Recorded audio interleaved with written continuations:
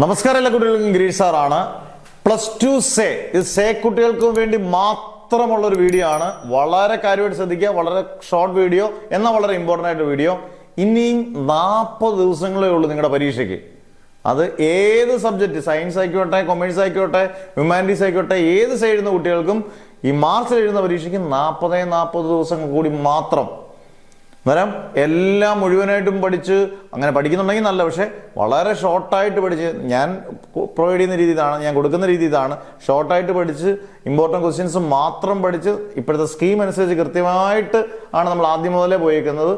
അത് പഠിച്ച് ക്വസ്റ്റ്യൻസും ഒക്കെ ചെയ്ത് നല്ല വൃത്തിയായിട്ട് പോയി കഴിഞ്ഞാൽ ഡബിൾ പാസ് മാർക്ക് ഉറപ്പാണ്. ഇനിയും നിങ്ങൾ ഉഴപ്പം പാടില്ല, കാരണം നിങ്ങളുടെ സമയം വളരെ പരിമിതമായിക്കൊണ്ടിരിക്കുകയാണ്. ഒരു ദിവസം ഓരോ വിഷയവും നിങ്ങൾ ആലോചിക്കുക, 4 മണിക്കൂർ താഴെയുള്ളൂ മൊത്തം പഠിക്കാനുണ്ടെങ്കിൽ നമുക്ക് പഠിക്കാൻ എളുപ്പമാണ്. നമുക്ക് 5 വിഷയം ഉണ്ടെങ്കിൽ പോലും 20 മണിക്കൂർ, ഒരു ദിവസം നമ്മൾ അരമണിക്കൂർ പഠിച്ചാൽ പോലും വൃത്തിയായിട്ട് പഠിച്ചു തീർക്കാം. ഡബിൾ പാസ് മാർക്ക് കൂടുതൽ നല്ല പോലെ. ഇപ്പോൾ കഴിഞ്ഞ വർഷത്തെ റിസൾട്ട് പോലും നമ്മൾ സേക്കാറിനെ ആദ്യമായിട്ട് പബ്ലിഷ് ചെയ്തു. കാരണം അത്രയും കുട്ടികൾ 99% കുട്ടികളും ജയിച്ച ബാച്ചാണ്. അന്നേരം നിങ്ങൾക്കും ഒരാൾ പോലും തോൽക്കാതിരിക്കട്ടെ. നിങ്ങൾക്ക് പുത്തൻ ബാച്ച് തിങ്കളാഴ്ച നമ്മൾ തുടങ്ങുകയാണ്. ജോയിൻ ചെയ്യേണ്ടവർ നിങ്ങളുടെ പേര്, ഡിസ്ട്രിക്റ്റ്, വാട്സപ്പ് നമ്പർ, ഏത് സബ്ജക്റ്റാണ് +1 +2 കൃത്യമായിട്ട് ഇട്ടേക്കുക.